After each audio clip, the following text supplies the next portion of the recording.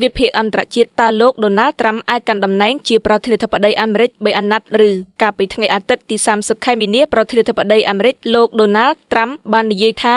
លោកមិនបានលេងសើចនោះទេអំពីរឿងចង់កាន់អំណាចនៅអាណត្តិទី3 ប៉ុន្តែលោកមិនបានបញ្យល់ថាតើរូបលោកអាចធ្វើវាទៅកើតដល់របៀបណាទេខណៈរដ្ឋធម្មនុញ្ញរបស់សហរដ្ឋអាមេរិកបានកំណត់ឲ្យកាន់តំណែងជាប្រធានាធិបតីត្រឹម2អាណត្តិតែប៉ុណ្ណោះលោក Trump បានឡើងកាន់អំណាចជាប្រធានាធិបតីអាមេរិកសម្រាប់អាណត្តិទី2កាលពីថ្ងៃទី20 ខែមករាដែលជាអាណត្តិមិនជាប់គ្នាទៅនឹងអាណត្តិទី1លោក Trump បានធ្វើជាប្រធានាធិបតីអាមេរិកអាណត្តិដំបូងចាប់ពីឆ្នាំ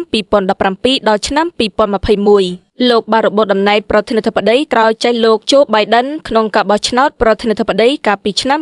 2020អំឡុងកិច្ចសម្ភាសន៍មួយជាមួយ NBC News ពាក់ព័ន្ធសំណួរជំវិញរឿងអាណត្តិទី3ដែលរូបលោកធ្លាប់ប្រឡូកឡើងកន្លងមកលោក Trump បាននិយាយដូចនេះថាទេខ្ញុំមិននិយាយលេងនោះទេខ្ញុំមិនលោលេងឡើយប៉ុន្តែហាក់ដូចជាឆាប់ពេកក្នុងការគិតអំពីវាមានមធ្យោបាយដែលអ្នកអាចធ្វើបែបនោះបានដោយដែលគ្រប់គ្នាបានដឹងកាយតារដ្ឋធម្មនុញ្ញអាមេរិកកំណត់បែបណា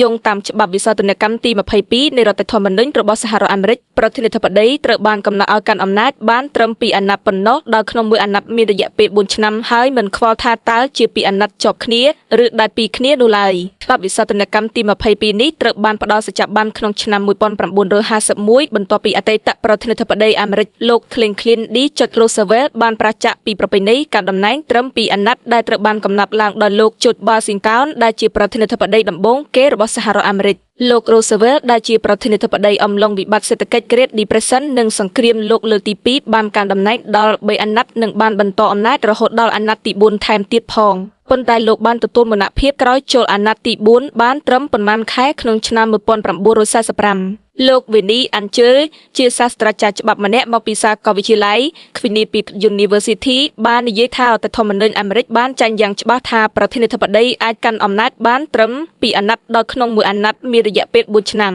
លោកបន្តថាការព្យាយាមកែប្រែឬធ្វើវិសោធនកម្មរដ្ឋធម្មនុញ្ញណាមួយរបស់លោក Trump នឹងមិនបានសម្រេចនោះទេខ្ញុំហ៊ានព្យាករណ៍ថាតុលាការកំពូលនឹងនិយាយថាទេវាច្បាស់ណាស់គឺ2អាណត្តិដោយក្នុងមួយអាណត្តិមានរយៈពេល4ឆ្នាំDonald Trump អ្នកមិនអាចចូលឈ្មោះបោះឆ្នោតសម្រាប់អាណត្តិទី3បានឡើយនេះជាការយល់ឃើញរបស់លោក Vinny Angel កាយតើសម្ព័ន្ធមិត្តរបស់លោក Trump អាចធ្វើវិសោធនកម្មរដ្ឋធម្មនុញ្ញបានដែរទេជាការពិតណាស់គេអាចធ្វើវិសោធនកម្មរដ្ឋធម្មនុញ្ញបានប៉ុន្តែនៅក្នុងបែបបទនៃចំនួននយោបាយសប្តាហ៍ថ្ងៃរវាងគណៈបកប្រជាធិបតេយ្យនិងគណៈបកសាធារណរដ្ឋរបស់លោក Trump ការធ្វើវិសោធនកម្មទំនងជានឹងមិនអាចទៅរួចទេសំណើធ្វើវិសោធនកម្មរដ្ឋធម្មនុញ្ញទាមទារឲ្យមានសម្លេងគាំទ្រពីភាគ3នៅសភាសហព័ន្ធទាំងពីររបស់សហរដ្ឋអាមេរិកឬតាមរយៈសមាជមួយដែលត្រូវបានកោះប្រជុំដល់ពីភាគ3នៃរដ្ឋទាំងអស់របស់សហរដ្ឋអាមេរិកហើយមកទៀតត្រូវមានការផ្ដល់សច្ចាប័នដល់សភាប្រចាំរដ្ឋចំនួន38ក្នុងចំណោមរដ្ឋទាំង50របស់សហរដ្ឋអាមេរិកសប្តាហ៍ថ្ងៃលោក Trump មានអាយុ78ឆ្នាំហើយនឹងទម្រាំចប់អាណត្តិទី2នេះគឺលោកនឹងមានអាយុ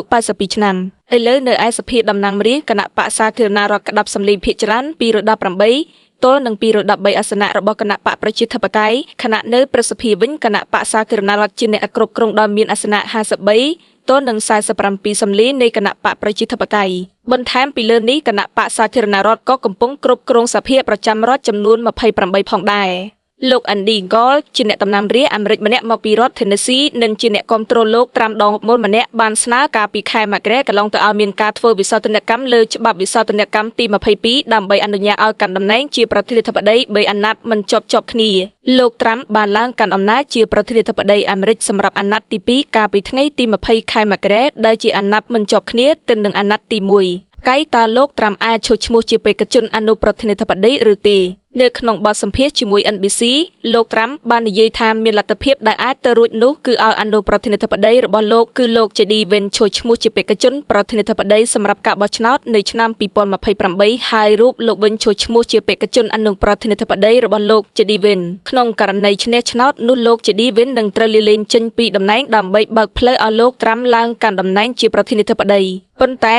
លោក Trump ត្រូវបានហាមឃាត់ពីការឈរឈ្មោះជាបេក្ខជនអនុប្រធានាធិបតីក៏ព្រោះថាលោកគ្មានសិទ្ធិស្របច្បាប់តាមរដ្ឋធម្មនុញ្ញដើម្បីឈរឈ្មោះជាប្រធានាធិបតីនោះទេលើត្រឹមនេះត្រូវបានចងដោយច្បាប់វិសោធនកម្មទី12ដែលបានកំណត់ថាបុគ្គលដែលគ្មានសិទ្ធិឈរឈ្មោះជាបេក្ខជនប្រធានាធិបតីក៏មិនអាចឈរឈ្មោះជាបេក្ខជនអនុប្រធានាធិបតីបាននោះដែរ ដូច្នេះបើលោកត្រាំចង់ធ្វើបែបនេះមែននោះលោកក៏ត្រូវធ្វើវិសោធនកម្មច្បាប់វិសោធនកម្មទី12នៃរដ្ឋធម្មនុញ្ញអាមេរិកដែរគូបញ្ជាក់ថាវាមិនមែនជាលើកទី1នោះទេដែលលោកត្រាំនិយាយពីបំណងចង់កាន់តំណែងជាប្រធានាធិបតីអាមេរិកលើសពី2អាណត្តិប៉ុន្តែទោះជាពិតឬមិនពិតតែការលើកឡើងរបស់លោកត្រាំត្រូវបានក្រុមអ្នកវិភាគខ្លះយល់ថាបង្កប់នូវចេតនានយោបាយពោលគឺយ៉ាងហោចណាស់វាអាចបង្វែរការចាប់អារម្មណ៍ពីបញ្ហាចម្រូងចម្រាសធំៗជាពិសេសគឺការធ្វើឲ្យបែកធ្លាយផែនការវាយប្រហារលើក្រុមហ៊ូទីនៅក្នុងប្រទេសយេម៉ែននៅក្នុងក្រុមឆាតមួយលើបណ្ដាញទំនាក់ទំនងសង្គមស៊ីណូដោយក្រុមមន្ត្រីកម្ពុជារបស់លោកក្រុមហ៊ូធីរាយការណ៍ពីការវាយប្រហារតាមផ្លូវអាកាសថ្មីៗជាច្រើនរបស់អាមេរិកនៅភាគខាងជើងប្រទេសយេម៉ែនក្រុមហ៊ូធីបានរាយការណ៍នៅថ្ងៃអង្គារថាកងកម្លាំងសហរដ្ឋអាមេរិកបានធ្វើការវាយប្រហារតាមអាកាសចំនួន22លើកលើគោលដៅរបស់ខ្លួននៅក្នុងខេត្តសាណានិងសាដាភាគខាងជើងនៃប្រទេសយេម៉ែនក្នុងរយៈពេលជាច្រើនម៉ោងកន្លងមកនេះនេះបើយោងតាមការចេញផ្សាយដោយទីភ្នាក់ងារសារព័ត៌មានស៊ីនហ៊ូនៅថ្ងៃអង្គារទី1ខែមេសាឆ្នាំ2025យោងតាមសេចក្តីថ្លែងការណ៍ខ្លីមួយដែលផ្សាយដោយទូរទស្សន៍ Al Jazeera ដែលគ្រប់គ្រងដោយក្រុមហ៊ូធីការវាយប្រហារតាមអាកាសចំនួន5នៅពេលព្រឹកព្រលឹមបានកំណត់គោលដៅលើតំបន់ចាបេនក្នុងស្រុកសាណានភាគអាគ្នេយ៍នៃទីក្រុងសាណាខណៈដែលពីផ្សេងទៀតបានវាយប្រហារស្រុកបានីម៉ាថាភាគខាងលិចនៃរដ្ឋធានីសេចក្តីថ្លែងការណ៍បានបញ្ជាក់បន្ថែមទៀតថាសាដាដែលជាបន្ទាយរឹងមាំរបស់ក្រុមនេះត្រូវបានទទួលរងការវាយប្រហារតាមអាកាសចំនួន15លើករបស់សហរដ្ឋអាមេរិកពេញមួយយប់ប៉ុន្តែមិនបានបង្ហាញពីទីតាំងជាក់លាក់ដែលបានកំណត់គោលដៅនោះទេការវាយប្រហារនេះបានកើតឡើងមួយថ្ងៃបន្ទាប់ពីការវាយប្រហារតាមអាកាសរបស់សហរដ្ឋអាមេរិកបានសម្លាប់មនុស្ស2នាក់និងរបួសកុមារម្នាក់នៅបានីអាផុនរសញ្ញានេះក្នុងខេត្តហាយ៉ាហាភាគពីយប់នៃប្រទេសយេម៉ែនកាលពីថ្ងៃច័ន្ទនេះបើយោងតាមអ្នកស្រុកនិងអាជ្ញាធរសុខាភិបាលក្នុងតំបន់យោធាអាមេរិកបានបន្តការវាយប្រហារតាមផ្លូវអាកាសលើតំបន់ដែលកាន់កាប់ដោយក្រុមហ៊ូធីនៅភាគខាងជើងប្រទេសយេម៉ែនចាប់តាំងពីថ្ងៃទី15ខែមីនាក្នុងគោលបំណងរារាំងក្រុមនេះពីការវាយប្រហារលើគោលដៅរបស់អ៊ីស្រាអែលកងទ័ពជើងទឹកអាមេរិកនិងផ្លូវដឹកជញ្ជូនអន្តរជាតិនៅក្នុងតំបន់ទោះជាយ៉ាងណាក្រុមហ៊ូធីបានឆ្លើយតបដោយបញ្ជាក់ពីការគាំទ្រឥតនិរាយរបស់ខ្លួនចំពោះតំបន់ហ្គាហ្សាក្រុមនេះបានបន្តការវាយប្រហារលើគោលដៅអ៊ីស្រាអែលនិងនាវាយោធាអាមេរិកនៅសមុទ្រក្រហមខណៈដែលអ៊ីស្រាអែលបានបញ្ចប់បទឈប់បាញ់ការពីខែម៉ារជាមួយក្រុមហាម៉ាស់និងបានចាប់ផ្ដើមប្រតិបត្តិការយោធាឡើងវិញនៅតំបន់ហ្គាហ្សាសារព័ត៌មានបរទេសប្រធានាធិបតីស៊ីជីនពីននឹងអញ្ជើញបំពេញទស្សនកិច្ចនៅប្រទេសកម្ពុជាម៉ាឡេស៊ីនិងវៀតណាមនៅពាក់កណ្ដាលមេសានេះ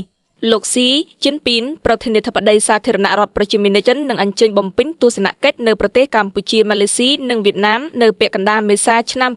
2025នេះបើតាមសារព័ត៌មាន South China Morning Post ចេញផ្សាយការបំពេញទស្សនកិច្ចជាផ្លូវរដ្ឋនៅតាមបណ្ដាប្រទេសអាស៊ានរបស់ប្រធានាធិបតីចិននេះត្រូវបានគេមើលឃើញថាជាកិច្ចខិតខំប្រឹងប្រែងដើម្បីពង្រឹងទំនាក់ទំនងជាមួយប្រទេសជិតខាងចំពេលមានអស្ថិរភាពពិភពលោកកើនឡើងចាប់តាំងពីអាណត្តិទី2នៃរដ្ឋបាលរបស់ប្រធានាធិបតីអាមេរិកលោក Donald Trumpបើតាមសារព័ត៌មាន South China Morning Post នៅថ្ងៃទី31ខែមីនាដែលបានស្រង់ប្រភពពីមន្ត្រីការទូតចិនគឺទស្សនកិច្ចទៅកាន់ប្រទេសទាំង3នេះគឺជាទស្សនកិច្ចលើកដំបូងរបស់មេដឹកនាំកម្ពុជាចិនមកកាន់អាស៊ីអាគ្នេយ៍នាឆ្នាំនេះក្នុងគោលបំណងពង្រឹងទំនាក់ទំនងជាមួយប្រទេសជិតខាងស្របពេលតំបន់អាស៊ីអាគ្នេយ៍កំពុងបារម្ភពីគោលនយោបាយការបរទេសរបស់អាមេរិកជំវិញពន្ធគយបច្ចុប្បន្នម៉ាឡេស៊ីបានកាន់តំណែងជាប្រធានអាស៊ានដោយប្រទេសនេះបានរក្សាទំនាក់ទំនងល្អជាមួយចិន